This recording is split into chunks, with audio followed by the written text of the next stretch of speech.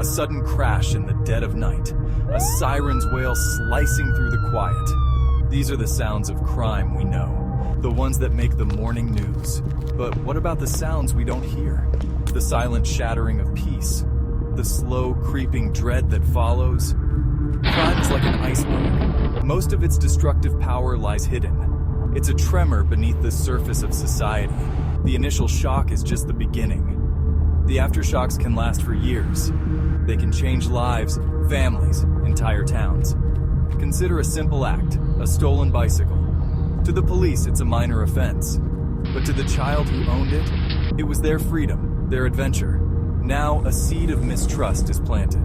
The world feels a little less safe. This small theft sends out ripples. Ripples that touch us all in unseen ways. The news reports the event, then moves on. But for those affected, there's no moving on.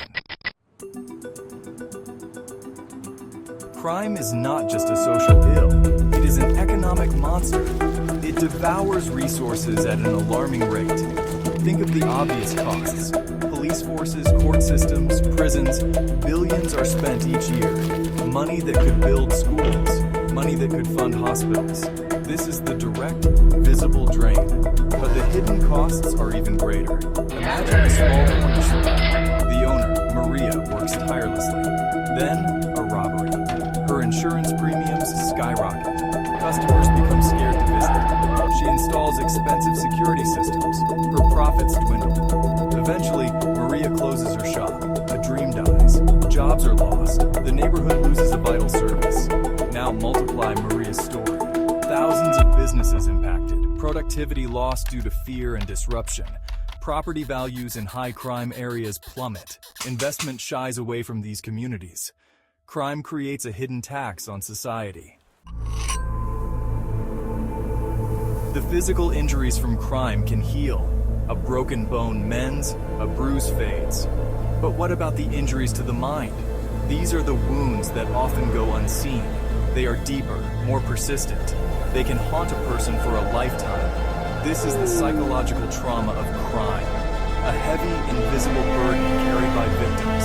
It changes how they see the world. It changes who they are. Think of David, attacked walking home. He survived, but something inside him broke. Sleep offers no escape, only nightmares. Loud noises make him jump. Crowds feel suffocated. Trust is gone. His home, once a sanctuary, feels unsafe. He is diagnosed with PTSD. His life shrinks, enclosed by fear. This is not an isolated case. Millions live with such hidden scars. The trauma is not limited to direct victims. Witnesses, family members, even first responders, they too can suffer. Anxiety, depression, a sense of helplessness. These are common responses to uncommon terror. Crime steals more than objects. It steals peace of mind. Section 4. When fear builds walls, the erosion of community. Crime does more than harm individuals. It attacks the very fabric of community. Fear is a powerful, corrosive agent. When crime rates rise, fear spreads. It changes how neighbors interact. Or more accurately, how they stop interacting. The open, friendly street becomes a guarded space. Eyes meet with suspicion, not recognition. This is how communities begin to unravel.